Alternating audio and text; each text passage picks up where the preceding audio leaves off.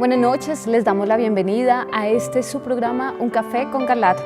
El tema que vamos a desarrollar esta noche es No, por las venas de Jesús no corre sangre pagana. Este es nuestro tema de hoy y nos acompaña Moisés Rojas, quien es escritor e investigador. También está con nosotros el doctor Juan Burgos. Él es teólogo, filósofo y doctor en educación. Ustedes pueden participar con sus preguntas o comentarios a través de las líneas 287-8355 en Bogotá, a través de la línea gratuita nacional 018-115-116, o también lo pueden hacer por WhatsApp al número 320-859-8733. Este programa lo pueden seguir por www.teleamiga.tv o www.nosotrostv.com. Conduce y dirige el doctor José Galat, presidente de la Universidad La Gran Colombia. Bienvenidos. Buenas noches, queridos teleamigos y teleamigas. Hoy vamos a versar este programa sobre un decir del Papa muy desafortunado, que causó un gran escándalo entre las gentes que lo oyeron en su homilía en la ciudad de Villavicencio, en su estado Colombia. Pues vamos a examinar profundamente cuáles las incidencias de esa malhadada y desafortunada expresión de Francisco. Y a continuación vamos a mirar el video.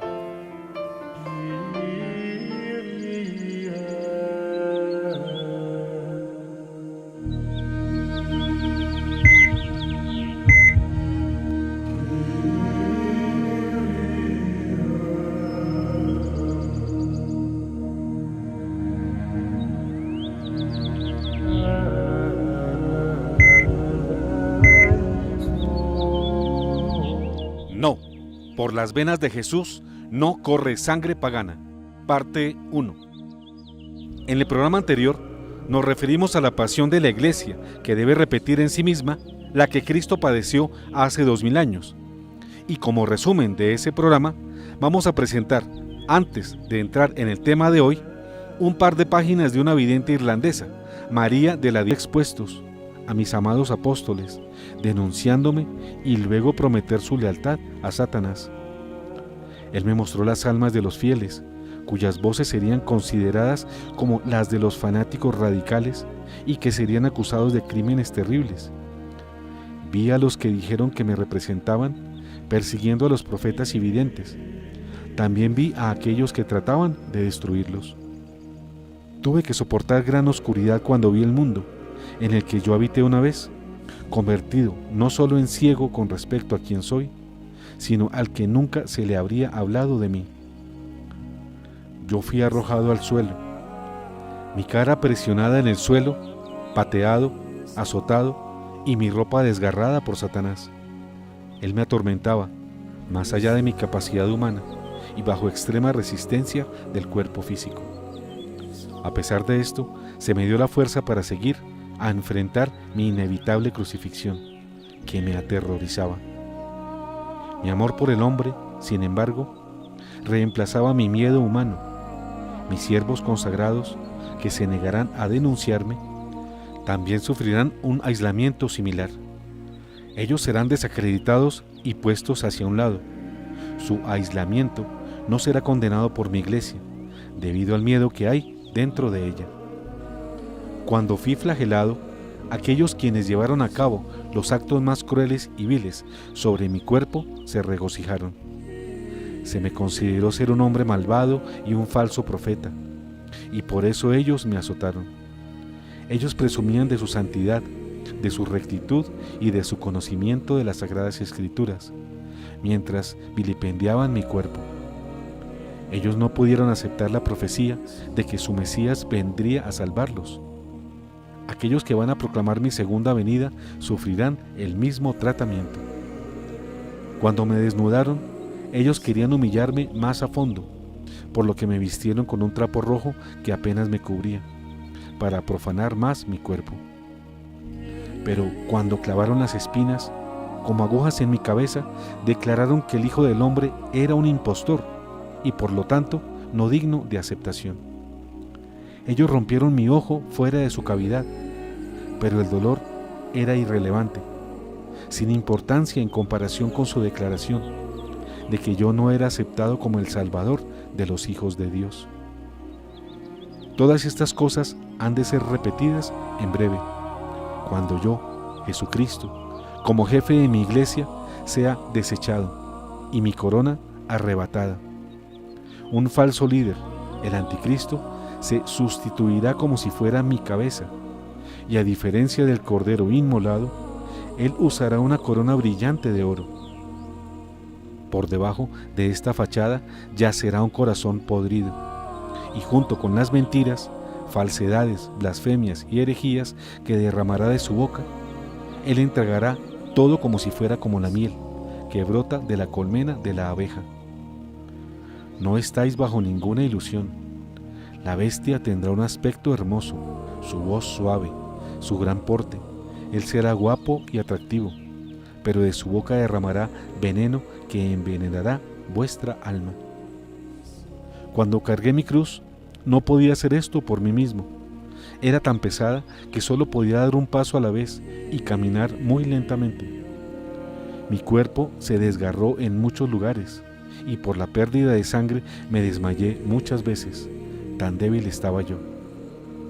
Estaba cegado de un ojo y las espinas en mi cabeza significó que la sangre, la que se vertía desde mis heridas, tuvo que ser continuamente enjugada por aquellos que caminaban junto a mí. De lo contrario, yo nunca habría sido capaz de dar otro paso hacia adelante. Lo mismo ocurrirá a mi iglesia remanente, la última estable de mi cuerpo. Ellos marcharán, así como yo lo hice, con una pesada cruz. Pero a pesar del dolor, el abuso, el sufrimiento y el derramamiento de sangre, ellos soportarán hasta el final. Porque mi preciosa sangre fluirá sobre sus almas a la par con mi propio dolor, mi propia crucifixión.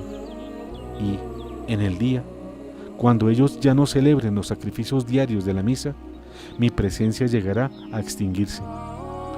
Cuando llegue el día en donde mi cuerpo, mi iglesia en la tierra, sea finalmente saqueado, crucificado y profanado, todo va a cambiar para siempre. Mi cuerpo, mi iglesia, mientras siga viva en el mundo, es la que mantiene la vida, pero cuando sea destruida, la vida, como vosotros la conocéis, habrá terminado.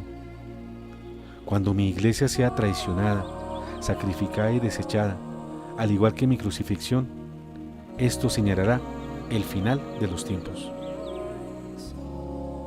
Hasta aquí el Señor Jesús, por medio de María de la Divina Misericordia, vidente y profeta irlandesa, perseguida ferozmente por la masonería y sus medios de comunicación, por denunciar, entre otras cosas, la falsedad del papado de Francisco, como pocos videntes lo han hecho.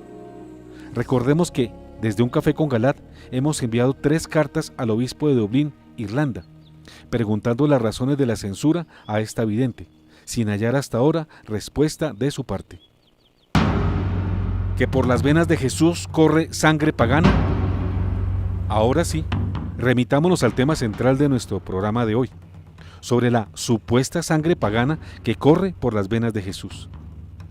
El Papa Francisco, en su muy reciente visita a Colombia, en la homilía pronunciada en la misa que celebró en la ciudad de Villavicencio, dijo que por las venas de Jesús corre sangre pagana.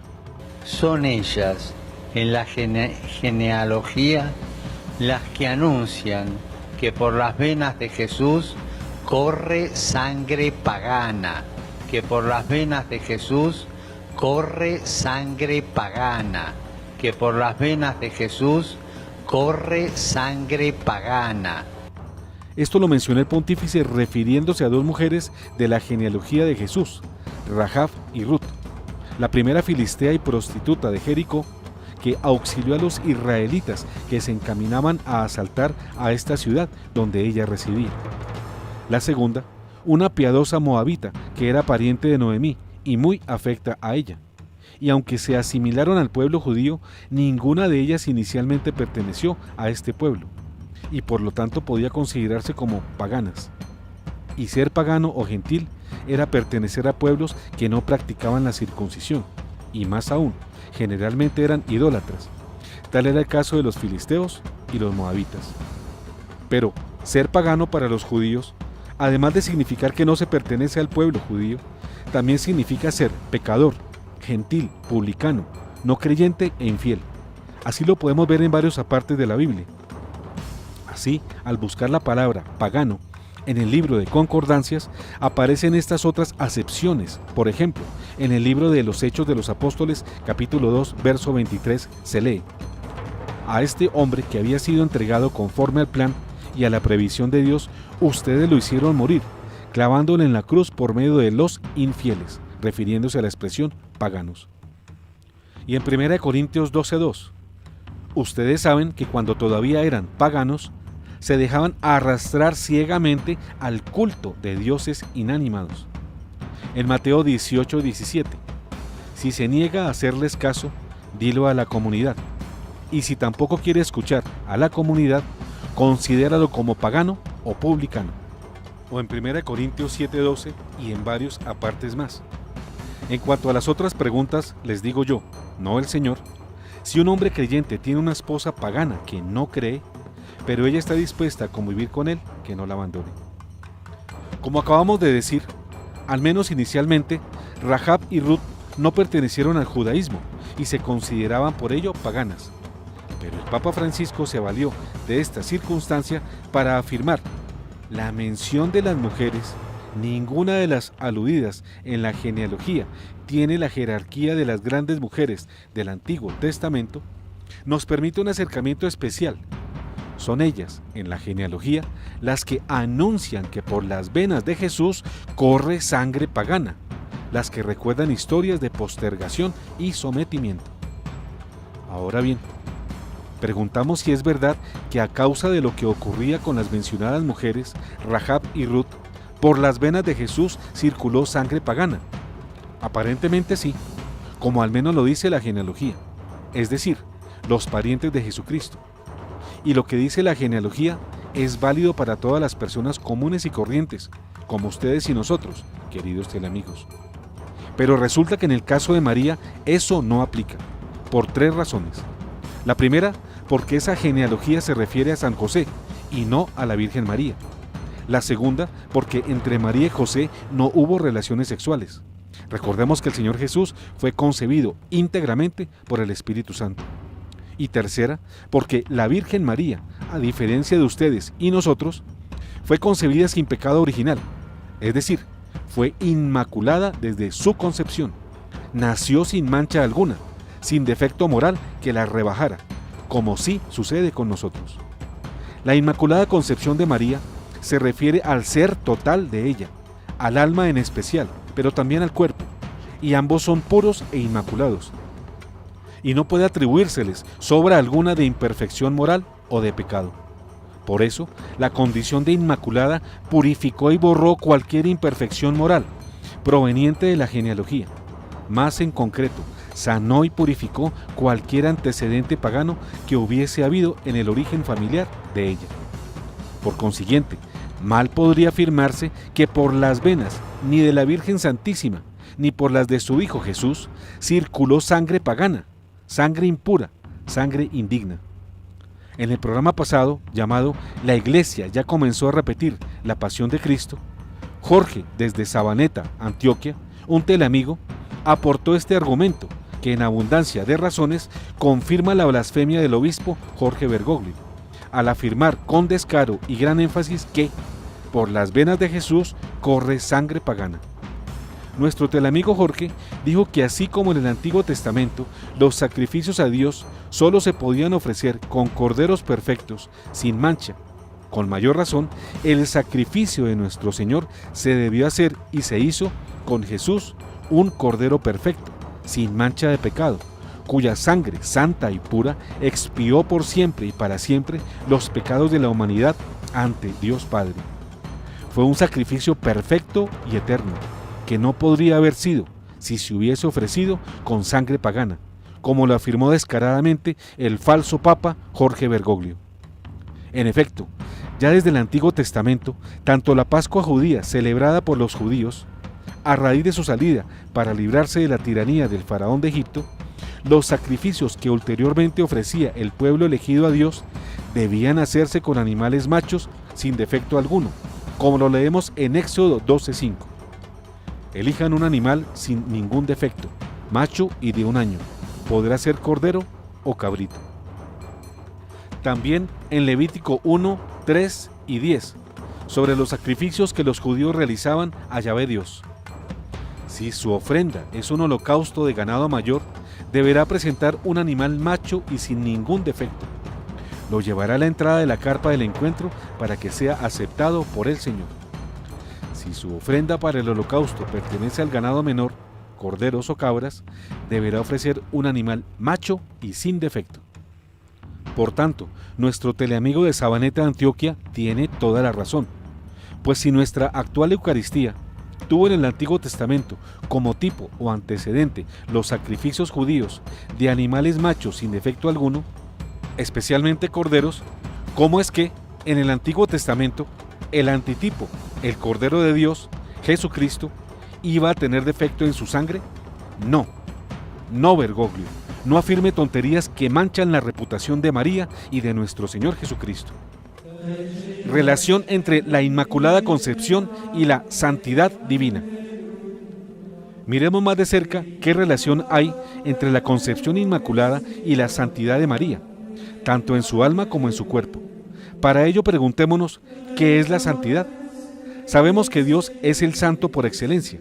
Esa es la esencia de su ser, pues su naturaleza íntima es santidad. Y así nos lo muestra el profeta Isaías en 6:2-3. Unos serafines estaban de pie por encima de él. Cada uno tenía 6 alas, con 2 se cubrían el rostro, con 2 se cubrían los pies, con 2 volaban. Y uno gritaba hacia el otro, Santo, Santo, Santo es el Señor de los ejércitos. Toda la tierra está llena de su gloria. En el lenguaje bíblico, el 3 veces santo significa la infinita santidad de Dios, es decir, la santidad que no tiene límites. Porque estamos hablando de quien la posee en su inalcanzable grado supremo. Y por eso el mismo Isaías, en el capítulo 42, verso 8, agrega que Yahvé Dios no puede ceder su majestad y su gloria a ninguna criatura. Yo soy el Señor, este es mi nombre. No cederé mi gloria a ningún otro, ni mi alabanza a los ídolos. Pero el 3 veces santo, el que posee la santidad infinita, quiso que sus criaturas angélicas y humanas fueran también santas y que poseyeran la santidad. Les dio santidad a los ángeles y a Adán y a Eva. Pero parte de aquellos ángeles y nuestros primeros padres no fueron dignos de ella y la perdieron. Por eso, todos los humanos nacemos manchados con el pecado original. Bien claro nos lo dice el Salmo 51. Yo soy culpable desde que nací. Pecador me concibió mi madre. Yahvé Dios quería que Adán y Eva fueran santos. Así lo relata el libro del Génesis, capítulo 17. Yo soy el Dios Todopoderoso. Camina en mi presencia y sé irreprochable. Sin embargo, a pesar del pecado original de nuestros primeros padres, Dios sigue insistiendo en que seamos santos. Así lo señala en San Mateo 5:48. Por lo tanto, sean perfectos como es perfecto el Padre que está en el cielo. La perfección significa santidad. Por eso un profeta de Dios que muchos conocimos y admiramos, Lino Antonio Sevillano Quiñones, acostumbraba a decir con cierta ironía humorística: el infierno está lleno de buenos. Sí, de buenos que dicen: yo no mato, yo no robo, yo no soy malo, yo por lo tanto soy bueno, y si me muero, me voy para el cielo. Sabemos por la experiencia que esos que se consideran buenos porque no matan y no roban, de pronto son más mentirosos que otros, calumnian a sus hermanos, les hacen trampas en el trabajo y en los negocios, seducen a la mujer del prójimo y cometen toda clase de pecados contradictores de los 8 mandamientos restantes del Decálogo. Así que, mis queridos teleamigos, la santidad es necesaria y muy exigente, pues no basta con cumplir siquiera los 10 mandamientos del Decálogo. también es necesario practicar las bienaventuranzas, que hermosamente nos recuerda Mateo en su capítulo 5, versículos del 1 al 16. La santidad es tan exigente que Cristo nos dice que no podemos alcanzarla sin vivir su llamamiento, y así nos lo confirma el evangelista Marcos 8, 34 a 35. Entonces Jesús, llamando a la multitud, junto con sus discípulos les dijo: el que quiera venir detrás de mí, que renuncie a sí mismo, que cargue con su cruz y me siga, porque el que quiera salvar su vida, la perderá, y el que pierda su vida por mí y por la buena noticia, la salvará. Más aún, el Señor nos invita no solo a renunciar a nosotros mismos, sino a morir en su nombre, tal cual lo ejemplariza en la parábola del grano de trigo, en San Juan 12, 24. Les aseguro que si el grano de trigo que cae en la tierra no muere, queda solo, pero si muere, dará mucho fruto.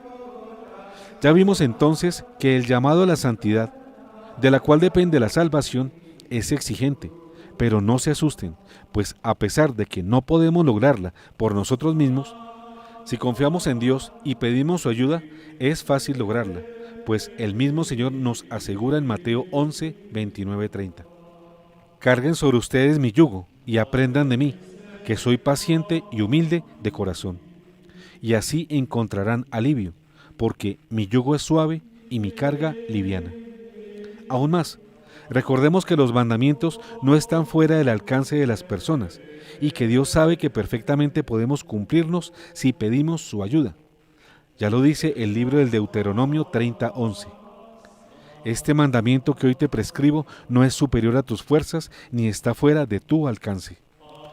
Así que, mis queridos teleamigos, no cometamos el mismo error en que incurrieron los antiguos fariseos, que pretendían que con sus solas fuerzas, sin humillarse ante Dios y pedirle ayuda, podían cumplir su ley.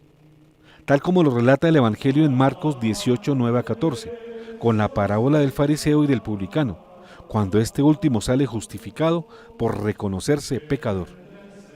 La santidad alcanzable. Dios es sí, pero con Dios. Para ser más precisos, ser santo es asemejarse a Dios, en cierto modo divinizarse, ser como Él es. ¿Y es que acaso podemos ser dioses?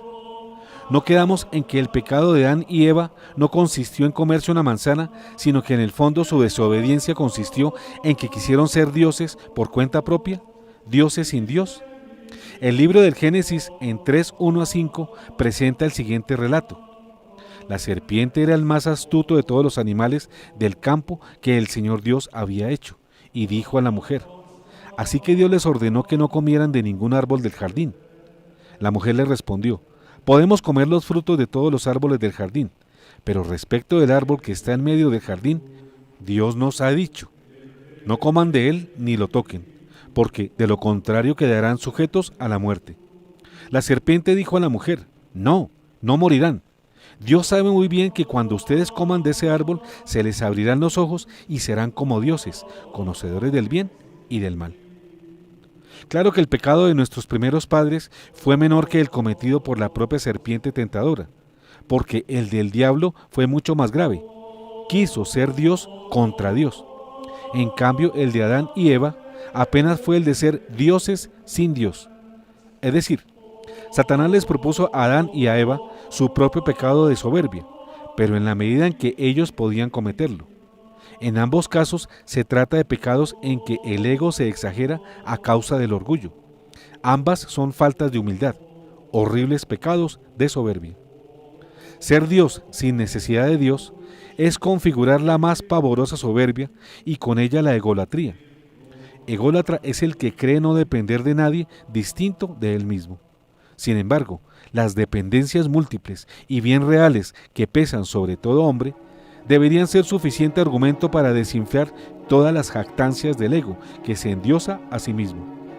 Lo difícil es que la soberbia, raíz y motor de la autoidolatría, poco entiende de límites y de razones.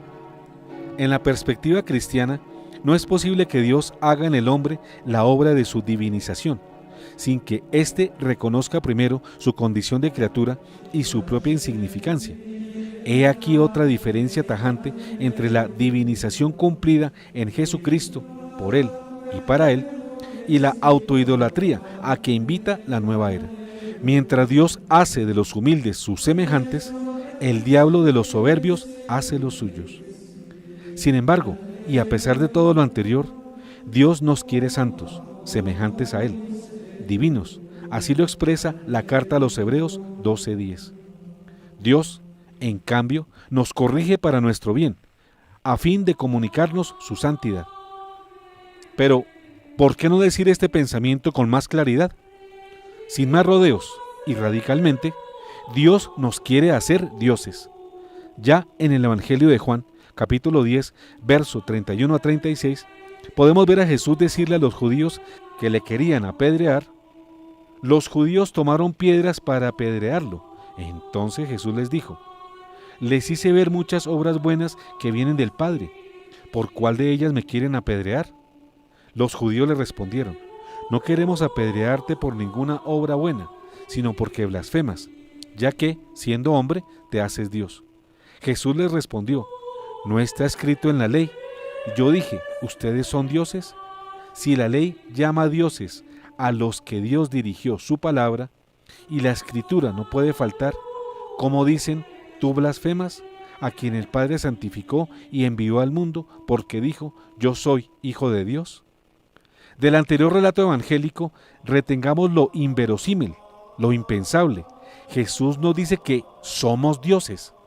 Ahora bien, entonces, ¿por qué el pecado de Adán y Eva y el del propio Satanás? Porque ellos quisieron ser dioses sin Dios, en el caso de Adán y Eva, y contra Dios en el caso del demonio. En cambio, Dios quiere que seamos dioses, sí, pero con Él, en Él y para Él. Nueva era, la falsa santidad sin Dios. El pecado consiste en la autodivinización, es decir, en la pretensión de ser dioses por cuenta propia, que es lo que actualmente está ocurriendo especialmente en los países desarrollados de Europa y en los demás que les han imitado, con el llamado secularismo o laicismo, que significa pretender hacer una sociedad sin referencia alguna al Creador y Señor del universo. Quieren economía sin Dios, quieren política y Estado sin Dios, quieren deporte y recreación sin Dios, quieren vida sin Dios, quieren familia sin Dios. En una palabra, quieren forjar una civilización sin Dios y en contradicción con Dios. Y todo porque al hombre le dio por autodivinizarse soberbiamente y creer que puede alcanzar la condición divina sin necesidad de Dios. La pretensión de ser dioses por cuenta propia sin necesidad de Dios no es solamente de los países desarrollados del mundo, que concentran la riqueza, el saber científico y la tecnología. Es también hoy a nivel de masas, la práctica corriente en el mundo entero de los seguidores de las distintas formas y modalidades de la llamada nueva era, que de nueva no tiene nada, porque es la vieja pretensión de los gnósticos que hicieron un ruido autoidolátrico en los primeros siglos del cristianismo, y ahora de nuevo revividos por las corrientes de moda, tales como la metafísica, yoga, control mental silva, autosuperación, meditación trascendental, zen, control mental, rebirthing, gnosticismo, teosofía, esoterismo, ocultismo, masonería, canalización o espiritismo, dianética, cientología, psicología transpersonal, ciertas formas de bioenergesis, reiki, la astrología, la magia, el horóscopo, el tarot, los inciensos, las velas de colores, los cristales de cuarzo, la tabla Ouija, las cruces y anillos magnéticos, los aromas, los inciensos, la quiromancia, el vudú, el chamanismo, Charlie y un largo etcétera. ¿Y cuál es el común denominador de toda esta variada gama de nombres y de prácticas y de pseudoespiritualidades de la llamada nueva era? Pues lo que hay en el fondo de todas, lo que las une a todas, y lo que es la expresión más profunda de todas, es nada menos que la autoidolatría, la vieja y amañada aspiración, bien conocida por el pecado de Adán y Eva en el paraíso, de ser dioses por cuenta propia, es decir, dioses sin Dios. Esta aspiración autoidolátrica es la que alienta y da sentido a las muy variadas formas en que se expresa la nueva era. Ven entonces, mis queridos teleamigos, ¿por qué en la nueva era no hay ninguna innovación de fondo? En todas se repite la archiconocida y añeja autoidolatría, que hizo pecar a Adán y a Eva en el paraíso. La religión que se postula no es la que está fundamentada en la relación de la criatura con su creador, sino en la del hombre consigo mismo, es decir, yo con yo, autoidolatría. Esto hace que la nueva espiritualidad sea aparente y no real, puesto que, finalmente, no es sino lo religioso vaciado de trascendencia, es decir, una religión sin Dios. Algo así como un suculento sancocho de gallina, pero sin gallina. El núcleo autoidolátrico de la nueva era viene acompañado de otras cosas que resultan igualmente incompatibles con la razón y con la fe cristiana, como el relativismo moral o moralidad light, que rechaza la cruz y el sufrimiento y que fragmenta el decálogo, eliminando algunos mandamientos y mutilando o debilitando a otros. Así, por ejemplo, al predicar un amor meramente humano y sin dimensiones o motivaciones divinas, es decir, una fraternidad sin paternidad divina, o también al bendecir las relaciones homosexuales, la eutanasia, etc., y sobre todo al negar el pecado y afirmar que no hay diferencia entre el bien y el mal. Es pues una ética subjetivista que se basa en el sentimiento y el gusto de cada uno y no en la revelación y en las normas objetivas de la ley moral natural y del decálogo. Uno de los rasgos más criticables de la nueva era es el uso de un lenguaje cristiano para explicar ideas profundamente contrarias al cristianismo. Hay en esta táctica astuta una inaceptable deslealtad que, por ejemplo, utiliza frases de la Sagrada Biblia para hacerle decir lo diametralmente opuesto a lo que ella afirma. Los disfraces y caretas cristianos abarcan también los símbolos y las imágenes de la piedad cristiana que se manipulan para seducir a los incautos. La nueva era predica lo contrario de las grandes religiones monoteístas y en especial del cristianismo al afirmar el panteísmo en lugar de un Dios personal, los hombres autoendiosados en lugar de Dios único e irrepetible, la reencarnación en lugar de la resurrección, la inexistencia del bien y del mal en lugar de la moral, la omnipotencia de la mente humana en lugar de la omnipotencia de Dios, la sumisión a los astros y a los poderes mágicos en lugar del libre albedrío y la sumisión a la providencia divina, la negación del pecado en lugar de la redención por obra de Jesucristo, la meditación egocéntrica en lugar de la oración que abre el corazón del hombre a Dios, el amor del hombre por el hombre mismo y no por amor de Dios, los milagros obrados por cuenta propia en lugar de los causados por el poder de Dios, el endiosamiento de la naturaleza y de la tierra, Gaia, en lugar del simple respeto por la ecología. En fin, la nueva era de paz y felicidad como construcción meramente humana y no como regalo de Dios a los hombres que lo aman y libremente le obedecen. Entonces repetimos, la nueva era de nueva no tiene en realidad nada. Es la vieja farsa mezcla de paganismo precristiano con fachadas cristianas que repite el antiguo y primer pecado de Adán y Eva en el paraíso, el cual a su vez era repetición del mismísimo pecado de Lucifer y sus ángeles rebeldes que quisieron ser dioses contra Dios. Estamos pues en presencia de una gigantesca ofensiva del mal que se maquilla de bien, de santidad personal. En fin, estamos ante las tinieblas disfrazadas de luz, del feo pecado de la autoidolatría de los hombres de hoy, como del de los de ayer. No puede esperarse otra cosa distinta que toda una cadena de desgracias y calamidades.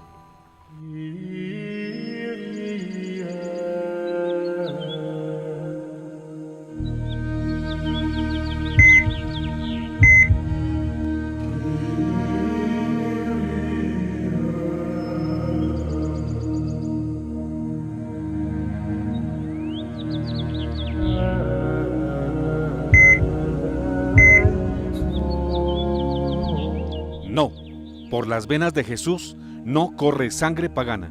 Fin, parte 1.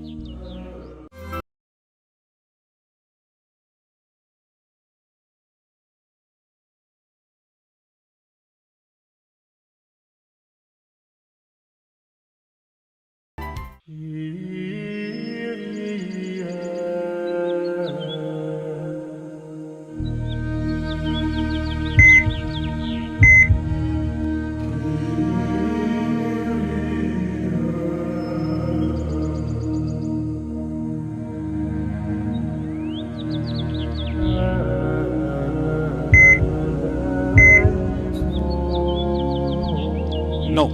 por las venas de Jesús no corre sangre pagana.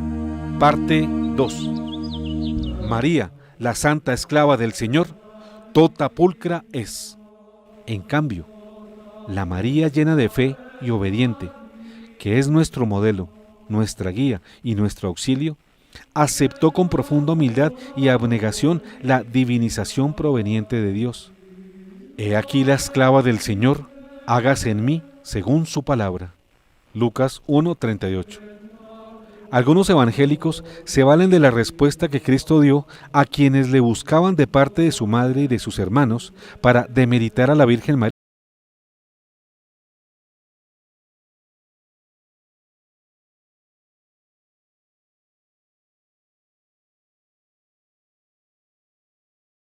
de Dios.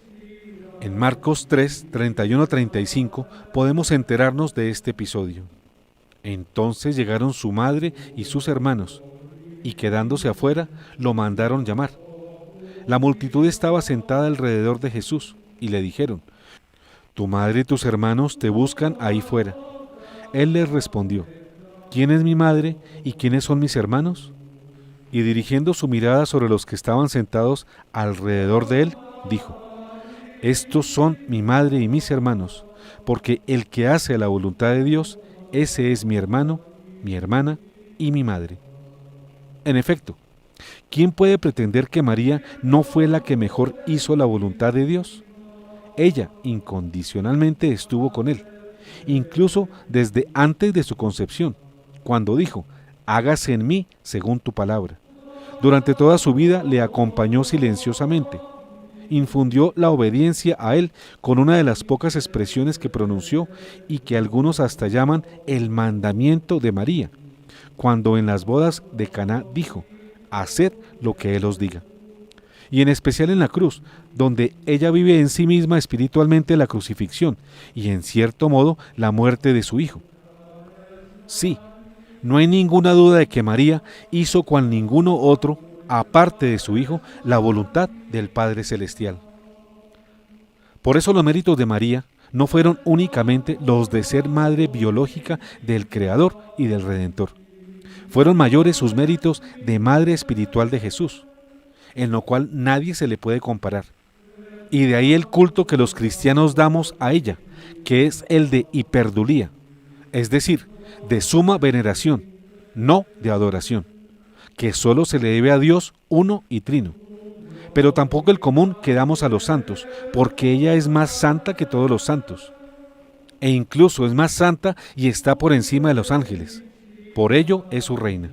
Es decir, María es la más santa que todos los santos que se han distinguido por su enorme santidad. Ahora bien, la santidad de María se refiere ciertamente a que fue exceptuada de pecado original. No nació pecadora como todos nosotros, sino inmaculada, inocente, íntegra. Pero eso es lo que podríamos llamar la santidad negativa, que ciertamente es real, pero no nos muestra sino una cara de la medalla. La otra cara muestra a María como santuario agradable a Dios, templo santificado por el Espíritu Santo, paraíso incorruptible y exuberante, donde se goza con alegría el mismo Dios. ¿Y cómo es entonces que María, la Madre de Dios, la que quedó embarazada por obra del Espíritu Santo, iba a transmitir sangre non santa y contaminada de paganismo a su Hijo Santísimo? No, Jorge Bergoglio, no diga sandeces. Usted pronunció una blasfemia al pretender que por María corre sangre impura, y que impura se la transmitió al niño Jesús. Nada de pagano corre por las venas de nuestro Salvador, porque nada de pagano corrió por las venas de su Santísima Madre, la Virgen María, la que fue santificada y purificada en su alma y en su cuerpo, por obra de su Inmaculada Concepción. Santos y papas alaban la pureza de María. San Efrén Sirio se refiere a la pureza de los constitutivos del cuerpo de María de la siguiente manera: Santísima Señora, Madre de Dios, la única con total pureza de alma y cuerpo, tú superas toda pureza, toda virginidad, toda castidad, morada única de toda la gracia del Espíritu. Supera sin comparación a todos los ángeles en pureza, en santidad de alma y de cuerpo. Ahora bien, cuando nos referimos a una santidad negativa o incompleta, nos referimos a la visión que tienen y han tenido los latinos al considerar el dogma de la Inmaculada, acentuando la falta de pecado. Pero los griegos, en cambio, ponen de relieve su mirada en las perfecciones de la Toda Santa, y esta última es la perspectiva del Concilio Vaticano II, que en la Constitución Apostólica Lumen Gentium número 56 dice que fue como plasmada por el Espíritu Santo. Enriquecida desde el primer instante de su concepción, con el resplandor de una santidad enteramente singular, la Virgen Nazarena, por orden de Dios, es saludada por el ángel de la Anunciación como llena de gracia. El Espíritu Santo, por tanto, mora en ella y vive en ella, y esto desde el primer instante de su existencia, como lo manifestó también el santo Maximiliano Kolbe, al hablar de la casi encarnación del Espíritu Santo en la Inmaculada. La santidad de María está unida estrechamente a su fe, a su humildad y a su obediencia.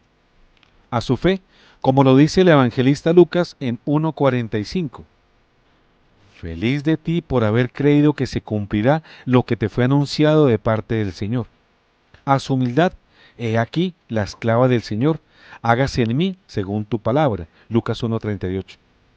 Y a su obediencia, teniendo en cuenta que silenciosamente siempre siguió a su Hijo y aconsejó a los demás lo que ella misma vivía y obraba. Hagan todo lo que Él les diga. Como hemos mostrado, la santidad de María, fundada en la fe, la humildad y la obediencia, es la más semejante y cercana a la santidad del mismo Dios. Pero también fue de ella el mayor amor que recibió Jesús, como ya lo dijimos aún antes de su nacimiento, durante toda la vida y hasta su muerte en la cruz.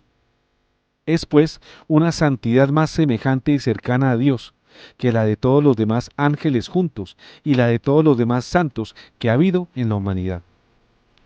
Hablando de la santidad de María, San Juan Pablo II, el Papa de feliz recordación, en una homilía del 15 de mayo de 1996, se refirió a la santidad perfecta de María. Entre sus reflexiones, el pontífice apunta: en María, llena de gracia, la Iglesia ha reconocido a la Toda Santa, libre de toda mancha de pecado, enriquecida desde el primer instante de su concepción con una resplandeciente santidad del todo singular. Este reconocimiento requirió un largo itinerario de reflexión doctrinal, que llevó a la proclamación solemne del dogma de la Inmaculada Concepción. El término hecha llena de gracia que el ángel aplica a María en la Anunciación se refiere al excepcional favor divino concedido a la joven de Nazaret, con vistas a la maternidad anunciada. Pero indica más directamente el efecto de la gracia divina en María, pues fue colmada de forma íntima y estable por la gracia divina y, por tanto, santificada. El calificativo llena de gracia tiene un significado densísimo, que en el Espíritu Santo ha impulsado siempre a la Iglesia a profundizar. En el saludo del ángel, la expresión llena de gracia equivale prácticamente a un nombre. Es el nombre de María a los ojos de Dios. La concepción pura e inmaculada de María aparece así como el inicio de la nueva creación.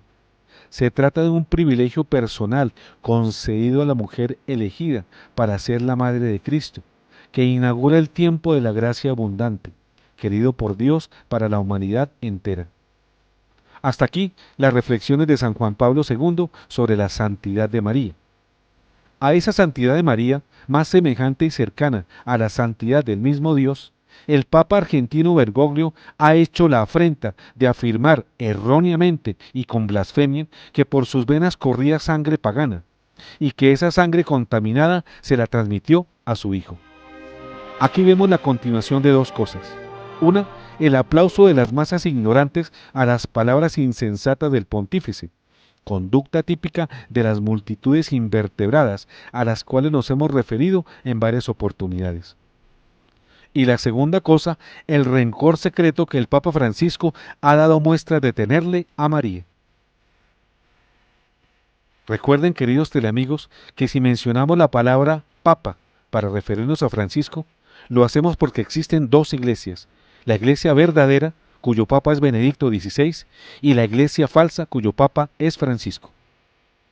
Recordemos cómo en la celebración del centenario de Fátima, cuando presidió una misa de ribetes masónicos, Francisco habló despectivamente de ella y de la intercesión eficaz ante su hijo, cuando sus fieles le piden favores, sanación de enfermedades y muchas otras gracias.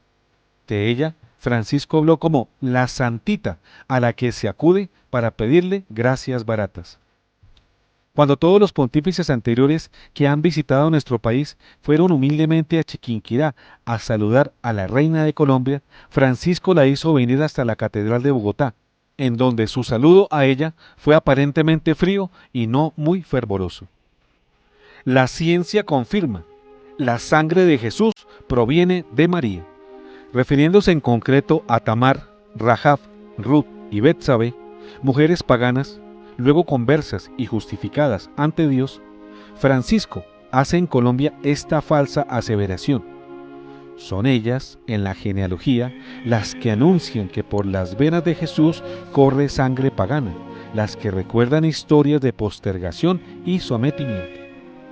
Pero olvida el supuesto papa de toda la cristiandad, el falso papa Bergoglio, que ninguna de estas mujeres está en la genealogía de Nuestra Señora, la Santísima Virgen María, sino en la genealogía de San José, padre adoptivo y nutricio del Señor.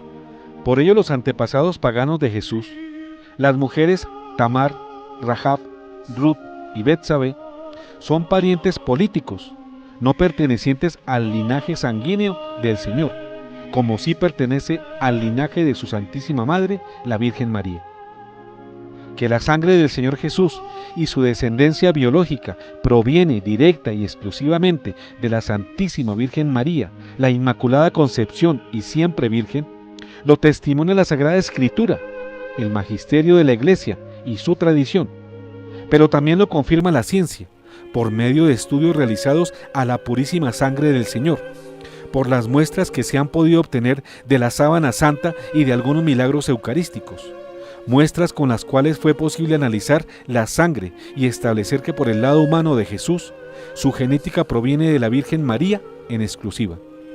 Por tanto, afirmar que por las venas de Jesús corre sangre pecadora, publicana, infiel y pagana es una blasfemia, una ofensa a Dios y a toda la Iglesia, hecha por el falso Papa Francisco. Estudios adelantados por el arqueólogo bíblico norteamericano Ron Wyatt a la sábana santa de Turín, así como al milagro de Buenos Aires de 1996, a una hostia consagrada que sangró luego del sacrilegio de recibirla en la mano, dejarla caer y abandonarla por considerarla sucia, hecho por el científico boliviano Dr. Ricardo Castañón Gómez, han establecido, entre otras cosas, que la sangre examinada es del tipo AB y solo tenía 24 cromosomas, de 48 normales en todas las personas, que corresponden únicamente a la madre, y los otros 24 que no aparecen son de naturaleza divina. En efecto, además de las investigaciones hechas por el científico Dr. Ricardo Castañón Gómez, que encuentran ADN humano en las muestras enviadas para su análisis y se determina que la sangre hallada en la hostia de Buenos Aires en 1996 es sangre humana que tiene un código genético humano. Las investigaciones hechas por el famoso arqueólogo norteamericano Ron Wyatt, luego de examinar muestras de sangre del manto de Turín en el que fue envuelto nuestro Señor luego de su crucifixión, arrojaron estos datos. Primero, que la sangre estudiada sigue viva. Segundo, que la sangre es humana, de un hombre. y que al hacer su estudio cromosomático, de los 48 cromosomas esperados, 24 cromosomas aportados por el padre y 24 por la madre, solo aparecieron 24 cromosomas, pero únicamente los aportados por el lado de la madre. En su testimonio sobre el estudio de la sangre del Señor Jesús, hecho por científicos judíos no creyentes en Israel, el Dr. Wyatt concluye: de manera que sus cromosomas, los de Jesús, todas las características físicas, vienen determinadas por el lado de la familia de la madre. Su masculinidad fue determinada por ese único cromosoma sexual que vino de una fuente que no es un varón humano. My question is that you said that you had the blood of our Lord examined by the Israelis. That's correct. What was their determination of that? Dried blood is dead blood. Everybody knows that, all right? They can test the blood of the pharaohs, the mummies of the pharaohs, all right? There's certain things they can do. They cannot get a chromosome count by any method I'm familiar with, all right? Things keep changing. I don't profess to know everything. However, there's no way I know that you can get a chromosome count out of dead blood. You can get a DNA and some other things, but not a chromosome count, all right? That's done by living white blood cells. Now then, first of all, in this analysis, I took the blood into a laboratory in Israel. I asked one of the people I work with in antiquities, where is a good laboratory that does reliable work? And they said, such and such, such and such. I took it. I just said, please examine this blood and tell me what you can tell me about it. All right? They said, well, look, we're going to reconstitute it. We're going to put it in normal saline and keep it at body temperature for 72 hours with gentle swirling. All right? That's their business. That's great. I said, now I want to be there when you check it out. They said, fine. So I was back.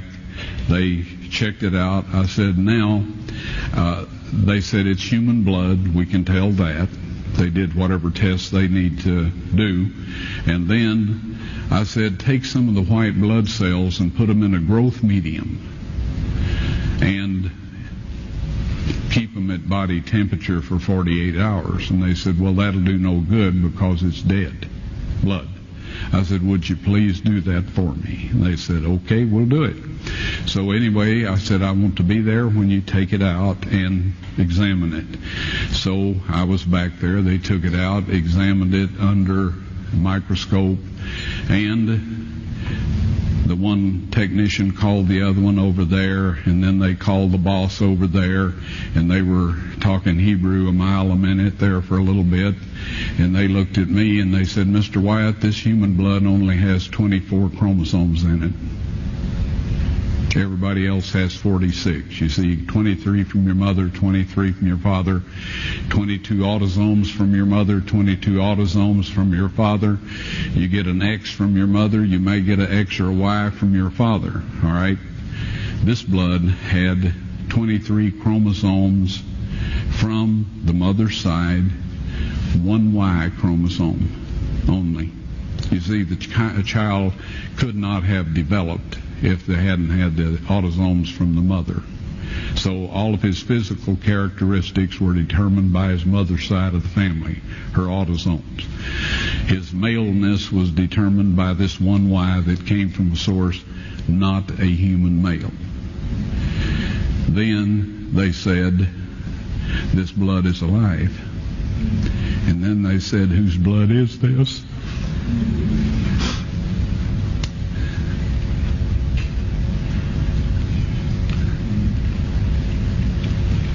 I said, it's the blood of your Messiah.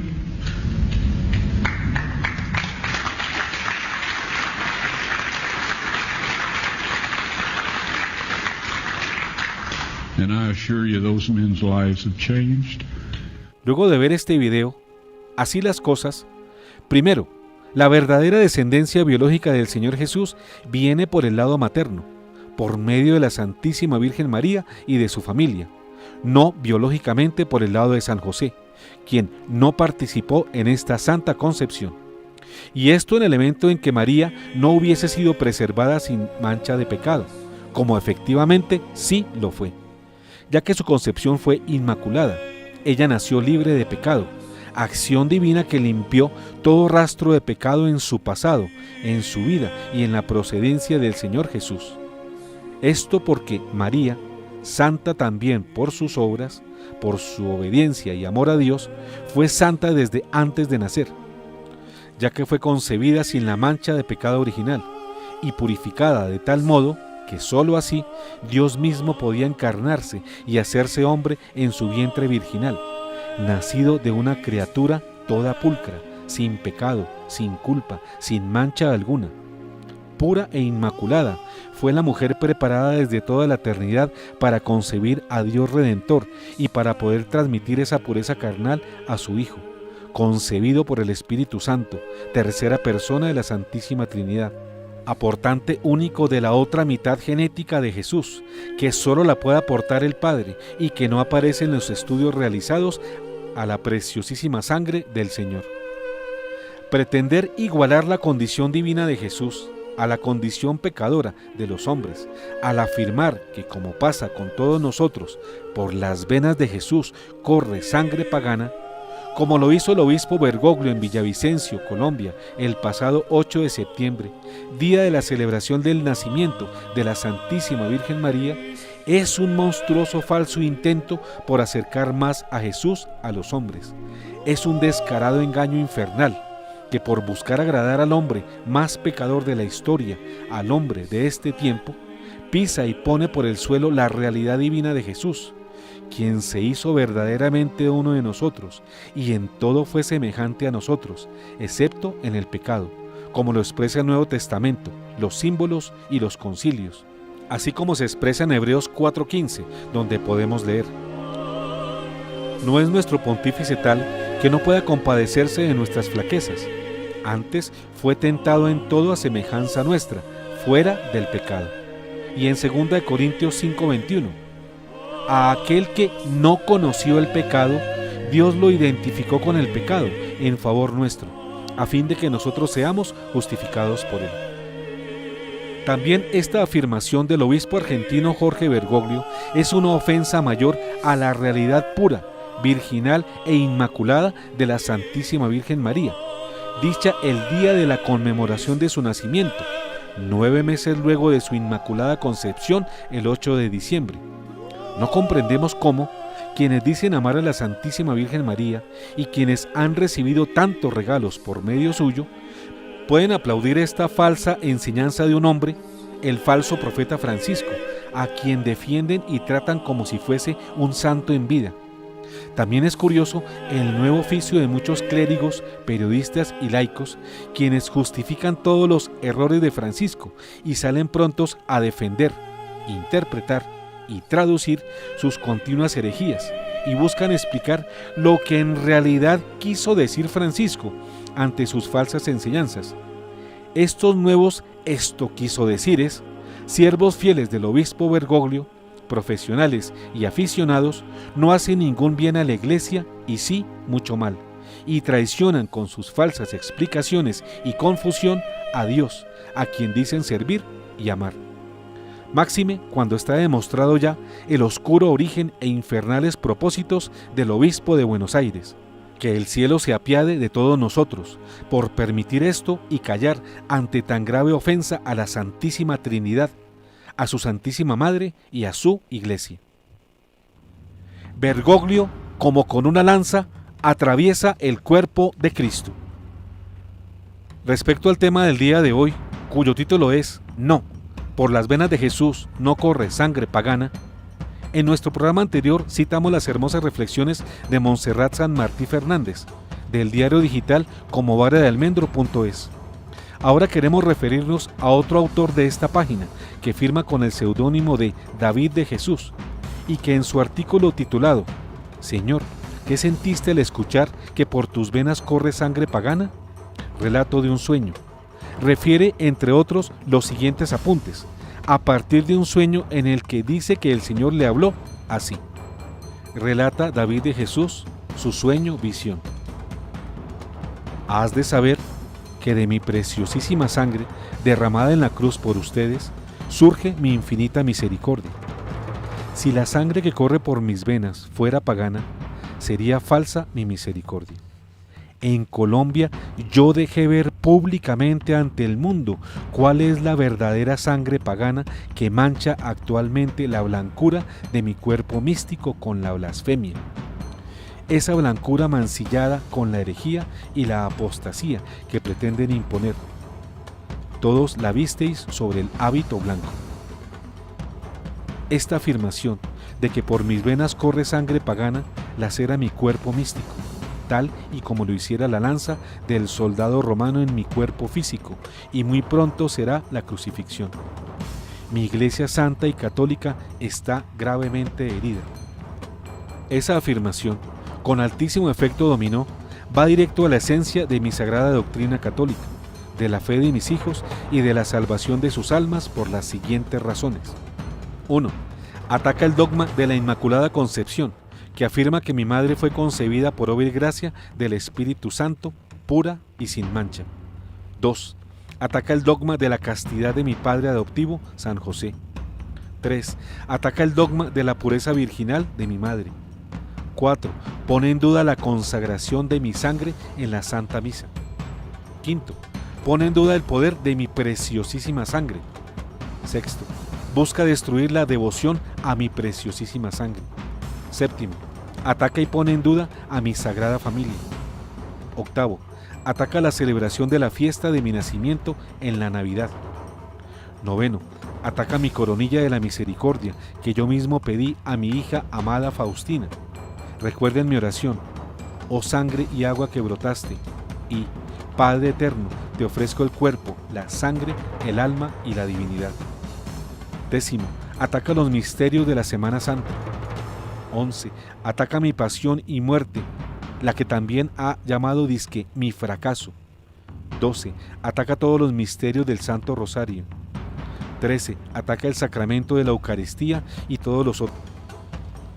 Queridos teleamigos, acaban de oír ustedes la lista de impresionantes desastres que se siguen de las palabras injustas y contrarias a la verdad que el obispo Jorge Bergoglio pronunció en la homilía predicada en la ciudad colombiana de Villavicencio. Estos desastres, como ya lo dijimos, fueron oídos y aplaudidos por las multitudes ignorantes, mas no así por los clérigos que aplaudieron también, cuando Bergoglio afirmó que por las venas de Cristo y de su madre circulaba sangre pagana. Pero las masas al fin y al cabo son masas, y como dice el dicho, ¿a dónde va la gente? A donde va Vicente. Y esto así Vicente vaya a lanzarse a un precipicio. Pero la obligación de los pastores es precisamente ver lo que las masas de ovejas no ven, y advertirlas sobre los peligros y los males que las van a golpear. No unirse en coro con estas alabando la blasfemia del supuesto Papa Bergoglio. Luego de esta ofensa de Bergoglio, hemos oído a sacerdotes colombianos en sus púlpitos decir que esta es una de las mejores enseñanzas del pontificado de Francisco, y por cierto es una de sus más descaradas atrocidades, con la que se desenmascara una vez más el falso profeta. Por eso nuestras mayores angustias se refieren a los prelados que estuvieron presentes en dicha celebración litúrgica, especialmente al ordinario del lugar, hoy presidente de la Conferencia Episcopal de Colombia, Monseñor Óscar Urbina, quienes se tragaron el sapo entero y que con su mutismo condescendieron con los exabruptos del falso Papa Francisco. Invitamos al pueblo católico a reparar por estos disparates y absurdos, con la oración, la penitencia, para que el Señor se apiade y no permita que se desaten las nefastas consecuencias que ya enunciamos en la lista del autor del sueño relatado en Como vara de almendro.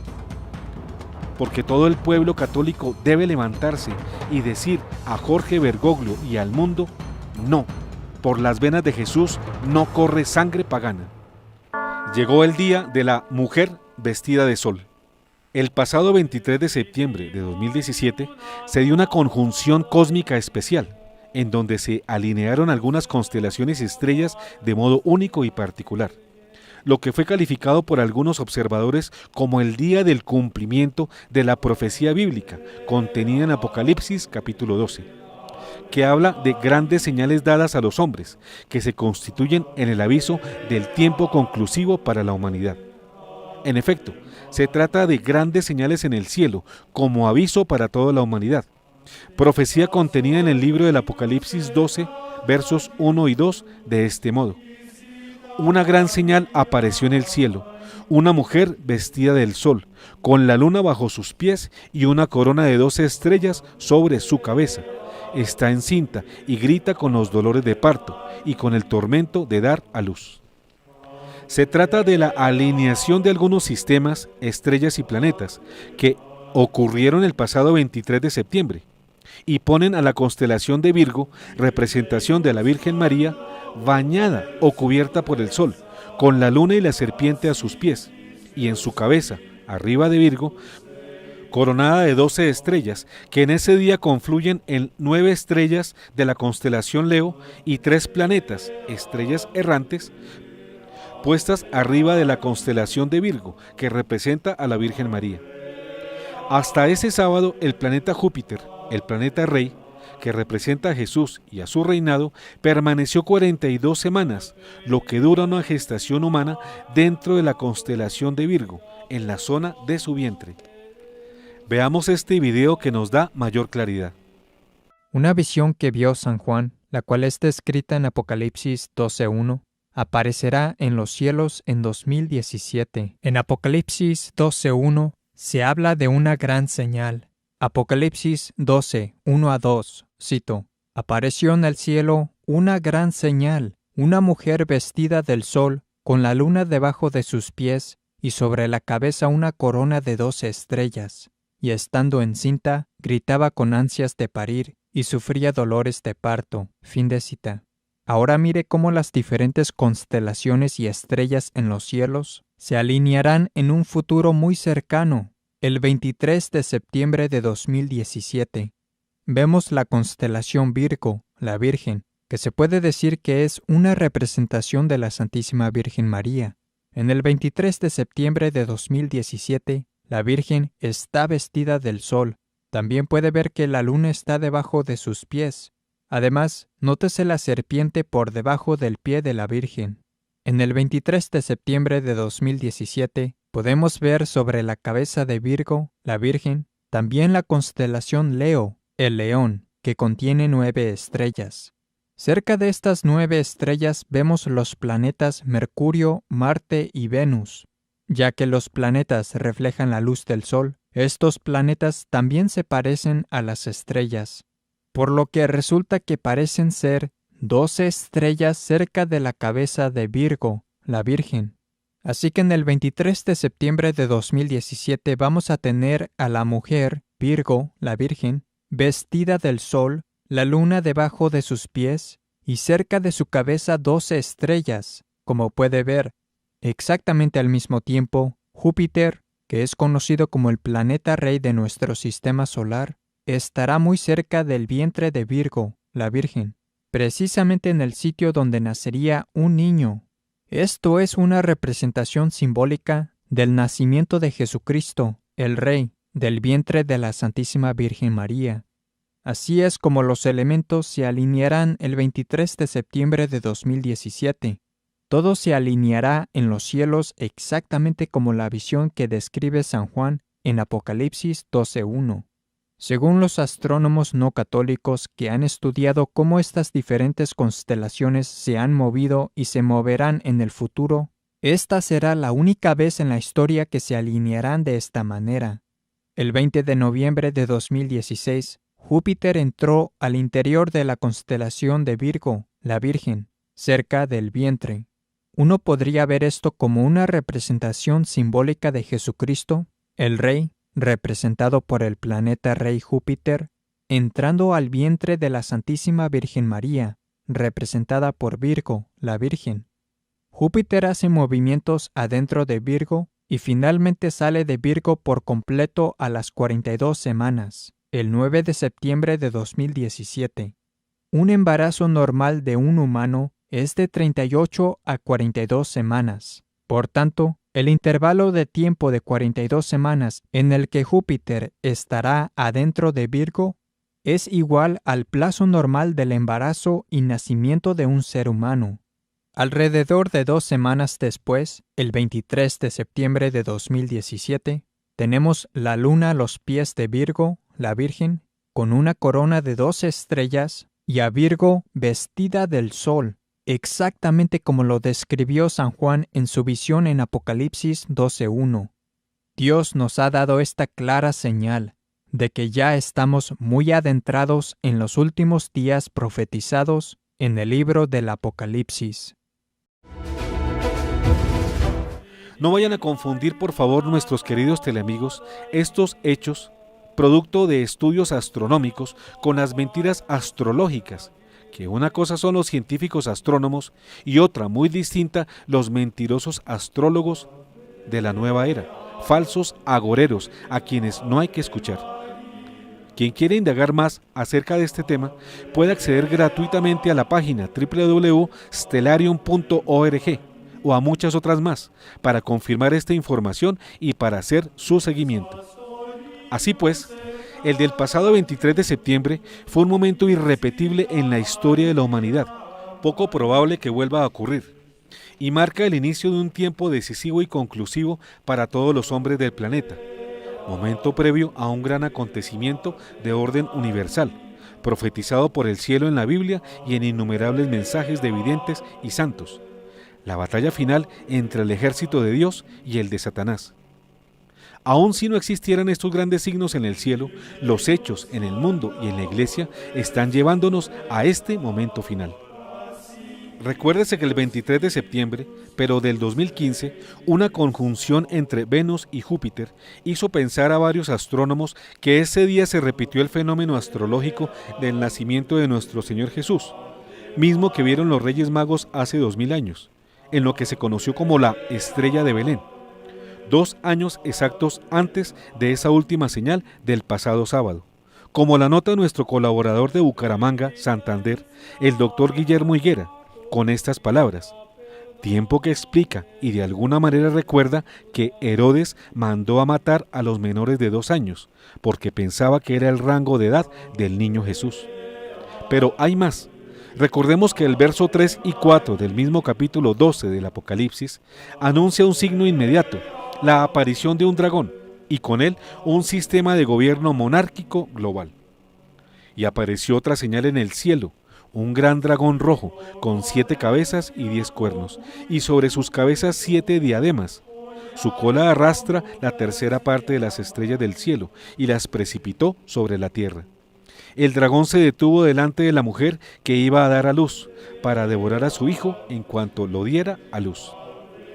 Así como también se da el anuncio de la persecución de la iglesia, que debe huir al desierto, iglesia remanente, como lo señala el mismo texto en los versos 5 y 6. La mujer dio a luz un hijo varón, el que ha de regir a todas las naciones con cetro de hierro, y su hijo fue arrebatado hasta Dios y hasta su trono. Y la mujer huyó al desierto, donde tiene un lugar preparado por Dios para ser allí alimentada 1260 días. Hay que anotar que según el calendario judío nos encontramos en el año 5777, año profetizado por varios rabinos como el año de la aparición de su Mesías, quien es el anticristo, el falso Mesías, el Anomos, a quien el falso profeta, el Papa Francisco, viene preparando el terreno para su aparición y la instauración de su gobierno mundial de corte socialista comunista. Por distintos medios hemos sabido que ya se tiene todo listo para renovar el sacrificio en el tercer templo judío, que se encuentra en vías de su restauración. Tienen ya nombrado el sumo sacerdote, han recuperado el candelabro de oro, la menorá. Tienen ya la vaca roja y los ornamentos y vasos sagrados para retomar el culto, según está profetizado. Asimismo, sismos, volcanes, inundaciones y cataclismos naturales vienen empujando el cataclismo económico-político que marca el inicio de la tribulación humana. así como fenómenos en el cielo, sonidos aterradores, aparición de hoyos en el cielo, el agua y la tierra, muerte súbita de animales, signos y señales en las nubes, incremento de fenómenos ovni, manifestación masiva de monstruos en los 4 elementos, tierra, agua, aire y fuego, considerados mitos, y la concreción de planes utópicos como un gobierno mundial, una religión mundial, una sola economía mundial bajo el mandato de un solo hombre, considerado santo y redentor de la humanidad, el anticristo, el aguador que viene a saciar la sed de toda la humanidad.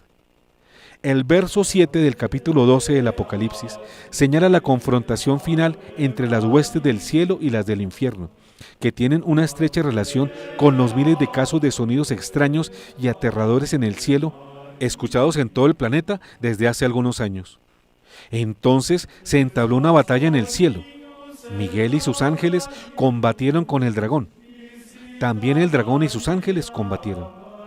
Y el verso 8 y 9 marca la derrota del ejército comandado por el dragón, Satanás, la antigua serpiente. Dice la Biblia: pero no prevalecieron, y no hubo ya en el cielo lugar para ellos, y fue arrojado el gran dragón, la serpiente antigua, el llamado Diablo y Satanás, el seductor del mundo entero, fue arrojado a la tierra y sus ángeles fueron arrojados con él. Así que la iglesia fiel, la iglesia remanente, debe encontrarse hoy atenta y en estado de alerta máxima para ver estas grandes señales ya manifiestas al parecer en el cielo. Y debe estar dispuesta a actuar según el Señor lo ha indicado en su palabra, pues con la supresión del sacrificio perpetuo, decretada ya por el falso Papa Francisco con su motu proprio, Magnum Principium, que autoriza a cada obispo en cualquier lugar a hacer las modificaciones que quieran a la Sagrada Liturgia, incluida la fórmula consagratoria, el momento anunciado en San Mateo 24, 15 a 18, huyan a los montes, parece ha llegado. Ya que, si esta medida del obispo Bergoglio abre las puertas para el sacrilegio mayor de alterar la fórmula consagratoria de las especies del pan y del vino en la Santa Misa, esta es la confirmación de lo profetizado por Daniel y por el propio Señor Jesús, acerca del momento de la abominable supresión del sacrificio perpetuo. Y es pues el tiempo de preparar nuestra vida y nuestra alma para la segunda venida del Señor, quien viene a instaurar su reino eucarístico por 1000 años. Hemos recibido la noticia de una corrección fraterna que más de medio centenar de personalidades católicas le han dirigido a Francisco, en la que le piden corrija sus errores doctrinales de su exhortación apostólica posinodal Amor y Leticia. Este extenso y claro documento ha sido firmado por varios eminentes católicos, entre quienes se encuentran obispos, sacerdotes, teólogos y catedráticos del mundo entero, quienes señalan las 7 herejías que viene difundiendo Francisco en sus enseñanzas, en especial sobre la familia y el matrimonio, con su guía pastoral Amor y Leticia, que tanto hemos mencionado en este programa. En próximas entregas, si Dios nos lo permite, comentaremos ampliamente esta importante noticia que ha tenido gran repercusión mundial y que se suma a las muchas críticas que recibe este papado por sus graves errores y herejías, manifiestas a lo largo de estos 4 años del errático pontificado de Jorge Bergoglio.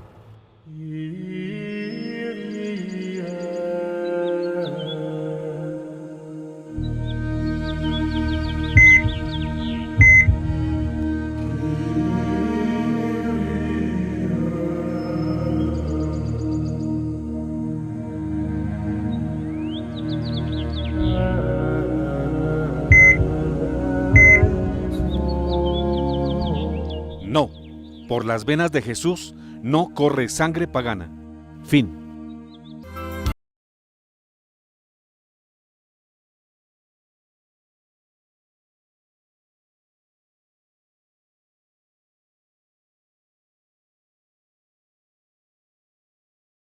Por las venas de Jesús no corre sangre pagana. Este es nuestro tema de hoy. Doctor, han llegado muchos mensajes durante la transmisión del video. Entonces usted me dirá si empezamos a leer unito, porque son muchos. 1 o 2 máximo en vista de lo avanzado de la hora. Así es. Y que tuvimos el Entonces, incidente de la falta de electricidad. sí, señor. Dice, muchas gracias al doctor Galad, su equipo, que Dios los siga iluminando y perseverantes hasta el final. Sepan que no están solos, pues no todos tragamos entero y tenemos que creer y amar a Cristo, al que seguimos, que dio su sangre por nosotros, y al que le contradiga, aunque sea Papa, no debemos seguir, aunque estamos seguros que el verdadero vicario de Cristo es el Papa Benedicto XVI. Sigan, no los dejamos en la oración. Cada día me convenzo más que la luz que de Colombia sale para el mundo es Teleamiga, y especialmente este programa y los del doctor Rafael Arango. Mil bendiciones. Señores Teleamiga, este es otro. Los saludo y los felicito por su programa. Es muy edificante e ilustrativo, porque todos en Colombia están enceguecidos con las palabras del Papa. Aplaudimos a rabiar sin entender o detenerse y analizar qué quiso decir. Pareciera que fuéramos niños frente a un juego novedoso que se mueve y hace ruido sin sentido. Son muchos mensajes, doctor, pero Desafortunadamente no podemos escucharlos. Le damos la palabra a nuestro invitado, a Juan Burgos, al doctor Burgos. ¿Qué opinas? Bueno, ante todo, muchas gracias, doctor, por la invitación y que me ha hecho. Para mí, pues, es una alegría venir y compartir también mi posición y mis pensamientos sobre lo que acabo de escuchar y sobre, digamos, la trayectoria que ha tenido el programa también. Pues varias cosas, ¿no? Yo quisiera partir de un aspecto que atraviesa un poco lo que voy a decir, y es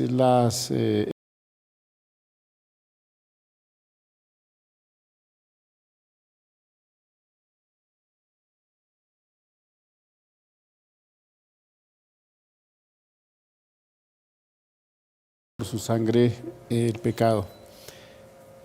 Entonces, en principio, pues como dice el Evangelio de Juan, Dios se hizo hombre en Jesucristo, quien vino al mundo, por supuesto, sin pecado. Eso es clarísimo para los cristianos católicos. Vino y se pareció, como decía hoy en el video, en todos nosotros, absolutamente todo, menos en el pecado. Y hay un elemento importante, o varios, que quisiera destacar, y es que Jesús llamó precisamente a personas pecadoras, por ejemplo a Pedro, por ejemplo a Zaqueo, por ejemplo a Mateo, que era el cobrador de impuestos, por ejemplo a María Magdalena, etc. Eso significa que, como todos somos pecadores, menos Jesús, todos estamos llamados a la conversión. Y ellos fueron convertidos a través de una decisión personal que fruto de su respuesta de fe al llamado de Jesús. Entonces creo que ese es un elemento bien importante que en algún momento también pues el video nos da luces sobre ello. En segundo lugar, ¿qué es lo pagano? Creo que cómo entender hoy el término pagano en el sentido, digamos, más pastoral de la palabra. Yo creo que el ser humano común y corriente, el hombre de la calle, como algunos dicen, el cristiano común, por supuesto necesita entender esto. Yo creo que el pagano es, como dice muy bien la palabra de Dios, es todo aquel que cumple la palabra de Dios y que la practica. Perdón, el pagano es el que no cumple la palabra de Dios y no la practica, y por lo tanto está lejos de Dios. Y entonces podemos pensar en que esta es una invitación que nos hace el Señor para que nosotros nos vinculemos a través de las familias, a través de los hijos, a través del trabajador, del campesino, del indígena, para que podamos entender que solamente estando en el camino de Dios pues podemos alcanzar la salvación e irnos santificando, porque la santificación, como bien lo decía el video, es un proceso que se da gracias a la conversión. Y en tercer lugar, para no extenderme, el video muy bien planteaba lo que se llama los nuevos ídolos. ¿Qué significa hoy los nuevos ídolos? Por supuesto, creemos que los ídolos que nos presenta la sociedad moderna pues pueden parecerse a Dios y realmente eso no es cierto. Hay gente que se cree buena, hay grupos que se creen buenos, líderes que se creen buenos, pero realmente no lo están siendo, porque realmente no están cumpliendo la palabra de Dios. Y lo decía muy bien el video, las bienaventuranzas creo que nos dan una pista muy importante, ¿no? Dichosos los que aman porque serán amados, dichosos los que construyen la paz porque serán santos, dichosos los pobres, dichosos los que luchan por la justicia, etc. Entonces yo creo que la santidad es eso, es un proceso de construcción permanente que se hace desde la fe, pero una fe por supuesto auténtica, una fe en Jesucristo, que es el que nos salva y nos libera de todos nuestros pecados como bautizados. Entonces digamos que por ahora serían estos como mis 3 elementos que yo aportaría y que pues ayudarían digamos al debate de la mesa. Sí. Claro que hay que precisar esto, de acuerdo con las leyes canónicas, pagano es técnicamente la persona que no ha sido bautizada, eso es pagano, de acuerdo con el derecho canónico. Pero tiene la palabra Moisés Rojas. Gracias, doctor. Bergoglio no acaba de sorprendernos. Y esa capacidad de sorpresa que se ha perdido parece ser cuando esas multitudes siguen, yo diría que visceralmente, esas cosas hermosas que dice, porque realmente Bergoglio dice cosas hermosas. Pero una cosa es la cosa hermosa que dice y otra cosa es la doctrina que está predicando. Con esta afirmación en Villavicencio acaba con la divinidad de Cristo. Cristo no puede tener pecado, es Dios. Su condición infinitamente santa, de santo, no puede permitir que Él cometa pecado. La naturaleza humana de Jesús es perfecta. No tiene pecado, como nos lo dice Hebreos 4:14. Teniendo pues un gran sumo sacerdote que penetró los cielos, Jesús, el Hijo de Dios, mantengamos nuestra confesión de fe, pues no tenemos un sumo sacerdote que no pueda compadecerse de nuestras flaquezas, ya que ha sido probado en todo, como nosotros, excepto en el pecado. También acaba con el dogma de la Inmaculada Concepción de María, que según Ana Catalina Emmerich, en la concepción de María no hubo relación sexual entre Joaquín y Ana. Simplemente hubo un hecho extraordinario. Y afirma también Catalina de Emmerich que así nacerían todos los hombres si Adán y Eva no hubieran cometido el pecado que cometieron. Es evidente que Bergoglio quiere acabar con la iglesia y llevar a una iglesia universal. Prueba de ello es las celebraciones que se están haciendo de lo que se llama Santa Memoria, que está aboliendo totalmente la Eucaristía. Parece ser que el 31 de octubre, fecha especialmente satánica, va a institucionalizar ya, con el motu propio que sacó últimamente, esta abolición total de la Eucaristía, que da cumplimiento a la profecía de Daniel en Daniel 11:31, que dice que profanarán el sacrificio perpetuo, el santuario y la ciudadela y abolirán el sacrificio perpetuo. Bueno, Beatricita. Bueno, doctor, pues bueno, hay muchas personas que nos llaman dizque protestantes. Yo quiero aclararles a estas personas que tal vez nos dicen así, que protestantes son justamente aquellas personas que niegan la tradición. Nosotros no estamos negando la tradición católica, por el contrario, estamos defendiendo la doctrina católica. Así que no se confundan con este término, porque si algo ha tenido en especial Teleamiga es que se ha caracterizado siempre por defender y cuidar la sana doctrina. Somos un canal que defendemos siempre la palabra de Dios basado también en la sana doctrina, así que no nos confundamos. Y doctor, quiero hacerles dos invitaciones, una que me pidió también Alejandro Pedraza que les transmitiera esta invitación, y es al concierto de Philokalia Cantorum, es un concierto de música sacra. Esto será el viernes 6 de octubre a las 8 de la noche en la parroquia San Juan de Ávila. Quienes deseen tener mayor información se pueden comunicar a los números 321-333-7396 o al 313-893-9331. También les dejo unos regalos, y es que para las primeras 4 personas que nos escriban hoy por WhatsApp y nos digan cuáles fueron los invitados de esta noche, ganarán un pase doble para asistir a este concierto, las primeras 4 personas que nos escriban por WhatsApp. Y la otra invitación es para las jornadas de oración y liberación que realizaremos este fin de semana. Será en Medellín el sábado 30 de septiembre en el Hotel Nutibara. En Bogotá será el 1 de octubre en el Centro de Convenciones AERE, y el 2 de octubre será en Bucaramanga, con temas súper importantes, con un sacerdote que tiene dones de sanación, de liberación, así que los esperamos a todos. Quienes deseen tener mayor información se pueden comunicar al 320-439-5475. Muchas gracias. Bueno, gracias, doctor. Quiero subrayar, viste que la hora está avanzada. Quiero subrayar algo que tú dijiste. No somos protestantes. Respetamos a los hermanos protestantes, pero de ninguna manera somos protestantes. Al contrario, protestamos porque en la Iglesia Católica Bergoglio quiere protestantizar la misa. ¿Qué es protestantizar la misa? Es convertirla en un recuerdo, como él lo dijo, y eliminarle la condición de sacrificio y dejar únicamente la cena.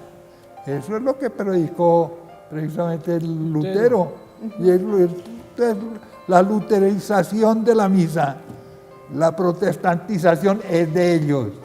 En segundo lugar, ¿qué protestantes somos nosotros? Miren cómo hablamos de María, miren cómo defendemos al verdadero Papa legítimo, que es Benedicto XVI. Bueno, y hasta la próxima, mis queridos amigos y amigas.